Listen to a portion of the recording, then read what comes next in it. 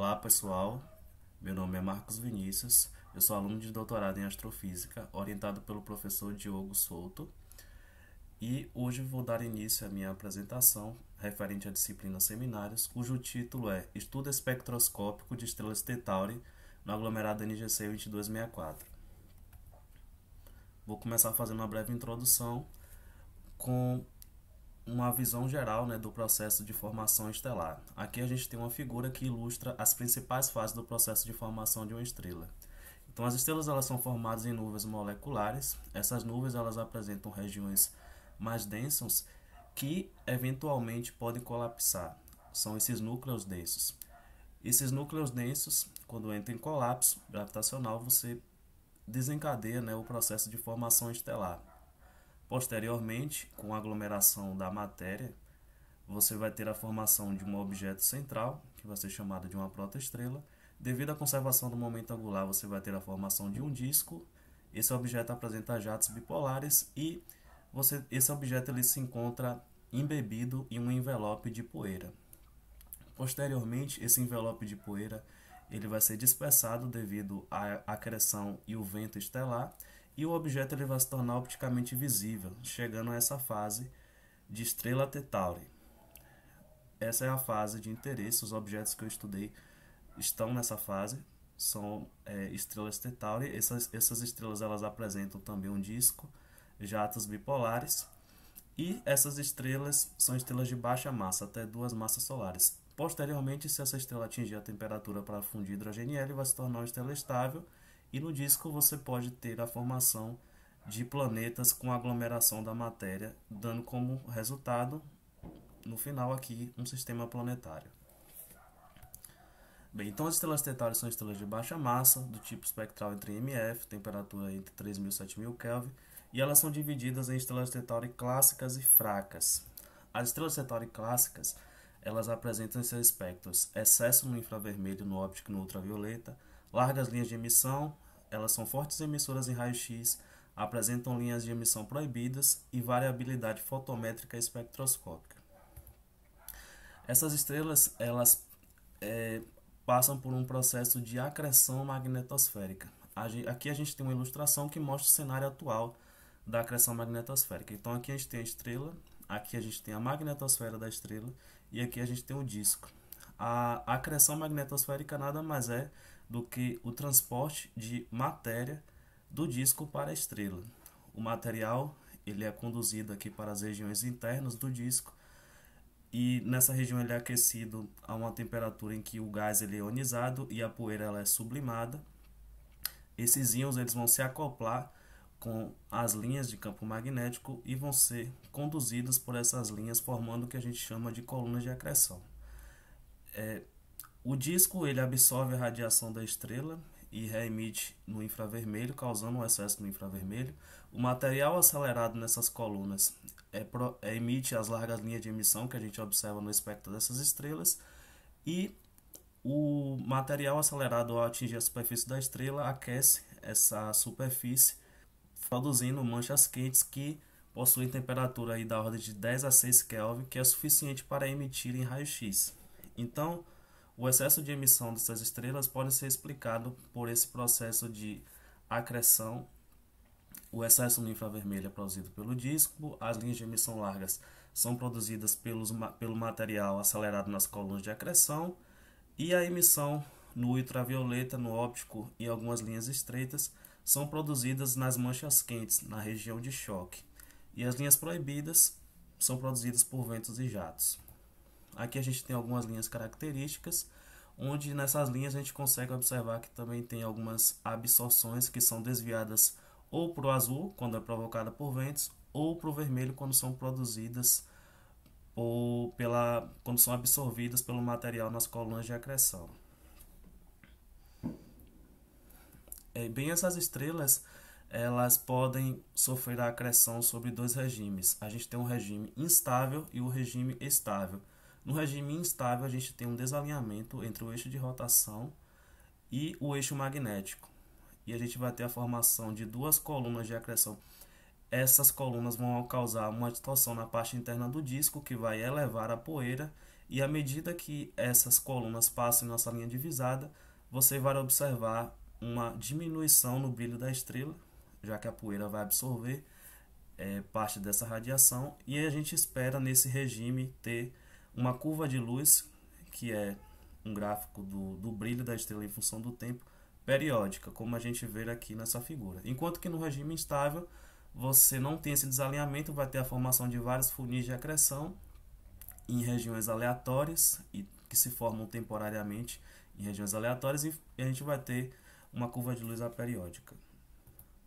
Então, o objetivo da minha pesquisa foi analisar a periodicidade e a variabilidade na emissão H-alfa das estrelas MON 667 e MON 996, utilizando os espectros obtidos pelo Flames em 2013. E com isso, construir cenários plausíveis dos fenômenos que agem nesses objetos, causando as suas variabilidades e periodicidades na linha H-alfa. Então, primeiro, a análise da periodicidade.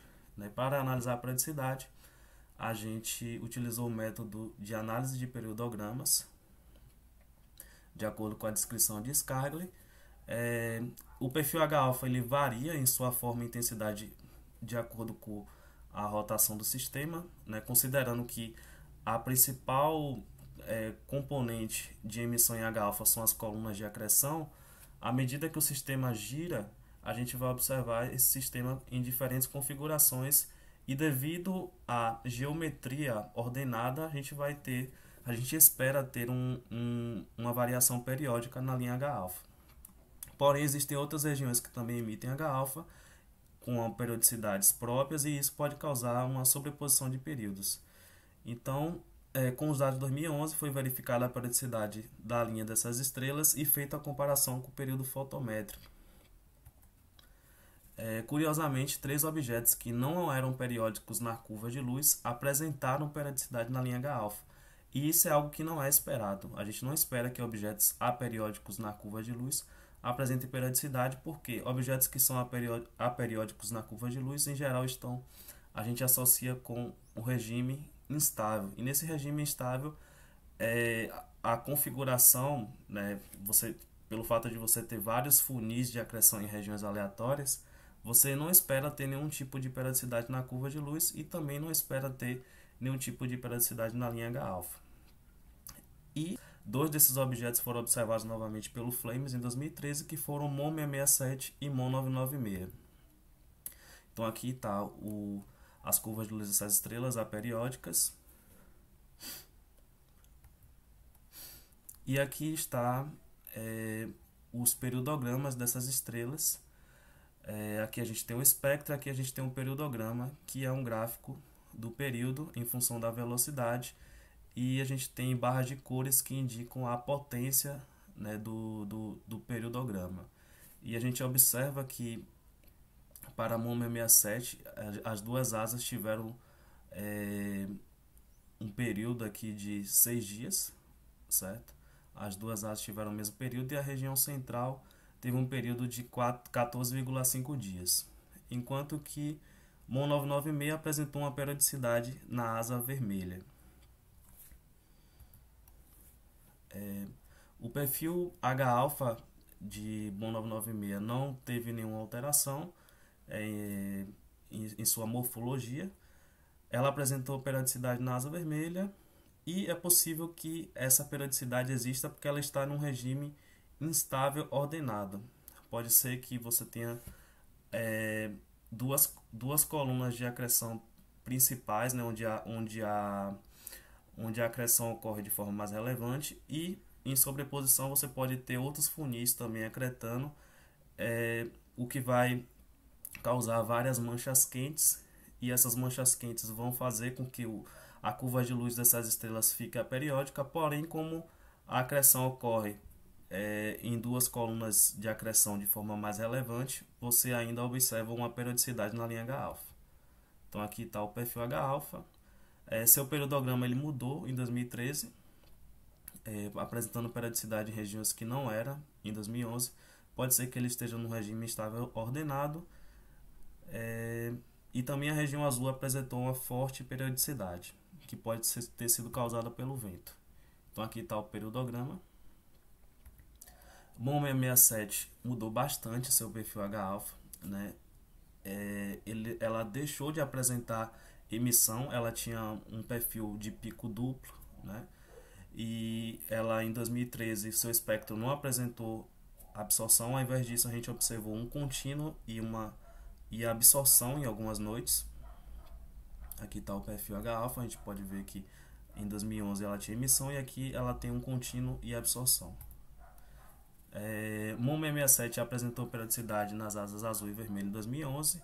Provavelmente ela tinha uma acreção do gás ordenada, porém a poeira ela estava distribuída de forma irregular, sem ter uma correlação com a distribuição do gás.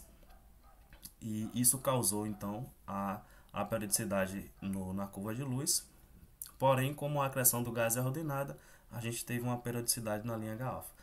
Em 2013, o intervalo da velocidade periódica e também o período da região foi modificado. Ela apresentou periodicidade de 3 dias nesse intervalo, que corresponde à absorção. Ela apresentou uma periodicidade de 3 dias aqui na região correspondente à absorção. A inexistência de H-alfa em emissão nessa estrela é um indício de que no período que a gente observou a acreção diminuiu muito a ponto de não ter emissão. E apesar de não ter emissão, a gente vê que no espectro de algumas noites a absorção ela foi preenchida. O caso dessa estrela é um caso complexo, a gente não sabe qual é o processo que ocorreu nessa estrela para que ela tenha sofrido tamanha mudança em seu perfil H-alfa. Agora, sobre as matrizes de correlação. Bem, além do material acelerado, existem outras regiões que também contribuem para a emissão em H-alfa. A gente tem o vento do disco, regiões do choque, vento estelar, e cada componente pode causar um tipo de variabilidade diferente no perfil H-alfa. Então a gente busca entender, estudando a correlação, né, do perfil H-alfa, se as diferentes partes elas variam de forma correlacionada, ou seja, se a asa azul de uma linha a variação que eu observo na asa azul de uma linha está correlacionada com a variação que eu observo na asa vermelha. Então, para investigar essa correlação, a gente calculou matriz dos coeficientes de correlação. MON 996, a gente observou que as asas em 2011 foram bem correlacionadas com elas mesmas, não houve uma correlação entre as asas, indicando que provavelmente essas asas elas são provenientes de processos físicos diferentes. Em 2013, as asas azul e vermelhas elas foram bem correlacionadas com elas mesmas, não há uma boa correlação entre as asas, e a gente notou que também existe uma região de anticorrelação entre as asas. Elas variam em antifase, né? A anticorrelação indica isso, né? Aqui a gente tem a matriz de correlação, né? Que relaciona os intervalos de velocidade com os próprios intervalos de velocidade. A gente tem uma barra de cores que varia de -1 a 1. Em -1 a gente tem anticorrelação, em 0 significa que não há nenhuma correlação e 1 significa que existe uma boa correlação. E a gente observou que existe aqui uma região de anticorrelação entre as asas, indicando que pode ser que ora você observa mais coluna de acreção e ora você está observando mais vento. Por isso que ora você tem mais emissão no azul e ora você tem mais emissão no vermelho. Em 2011 existe uma boa correlação com elas próprias. A correlação entre a asa azul e vermelha no intervalo de 200 a 400, né, que é mostrado na cor amarela. Essa correlação concorda com o que é apresentado no peridograma, né? Os picos de emissão eles apresentam o mesmo período, então isso é um sinal de que existe o mesmo fenômeno causando variabilidade nas asas. A gente também observou uma variabilidade correlacionada na região onde tem a absorção central, porém não há uma correlação entre a absorção central com as asas da linha, né? E isso concorda com o periodograma, já que os períodos são diferentes, né? A absorção central tem um período de 14,5 dias, então é provável que temos mecanismos distintos agindo nessas regiões do espectro. Aqui a gente tem a matriz de correlação de 2011 para a MON 667. Em 2003 a matriz de correlação mudou significativamente. As asas azul e vermelhas elas são bem correlacionadas com elas mesmas. Há também uma boa correlação entre as asas, né, nesses intervalos. No perfil H-alfa, esses intervalos eles correspondem à região que a gente observou a absorção e há um indício de que existe um único processo que é responsável por essa variabilidade da absorção. Aqui a gente observa nessa cor mais avermelhada uma boa correlação nesse intervalo de velocidade que corresponde à região onde teve a absorção, indicando que provavelmente existe um único fenômeno agindo causando essa variabilidade. Então, conclusões, a gente examinou essas duas estrelas utilizando flames, utilizamos o método de periodogramas para investigar a periodicidade e a matriz de correlação para investigar a variabilidade. O perfil de 996 não teve alterações, a periodicidade na asa vermelha se manteve, porém de forma menos pronunciada. MON 667 modificou bastante, né, o seu perfil. Ao invés de ter emissão, ela apresentou absorção. O intervalo periódico mudou, passou a ser de aproximadamente 3 dias, na região que corresponde à absorção. A matriz de correlação de 2013 de MON 996, as asas azul e vermelha tiveram uma boa correlação com elas mesmas, mas não teve uma boa correlação entre elas. Além disso, a gente observou uma região de anticorrelação, elas variam em antifase, o que pode significar que isso seja explicado, né, pela dinâmica do sistema. Ora, a gente pode estar observando mais a região que emite na asa vermelha, que são as colunas de acreção, e ora a gente pode estar observando mais vento, que corresponde à região que emite mais no azul. As asas azul e vermelha de MON 667 tiveram uma boa correlação com elas mesmas, e entre elas, né, no intervalo que corresponde à absorção, um sinal que existe um único fenômeno, né, que é responsável por essa variabilidade. E a gente teve uma limitação com relação aos dados fotométricos de 2013. A gente não sabe, né, como a gente não teve dado fotométrico, se a morfologia migrou de um tipo para outro, para saber se essas estrelas deixaram de ser aperiódicas e passaram a ser periódicas. Né? Com essa informação a gente poderia comparar e saber se essas periodicidades dos periodogramas e das curvas de luz são causadas por um mesmo fenômeno. E então pode ser foco de trabalhos futuros utilizar também dados fotométricos para compreender melhor esses objetos estudados. Com isso eu agradeço e também quero deixar meu agradecimento às agências de apoio à pesquisa, CAPES, FATEC e à Universidade Federal de Sergipe. Obrigado.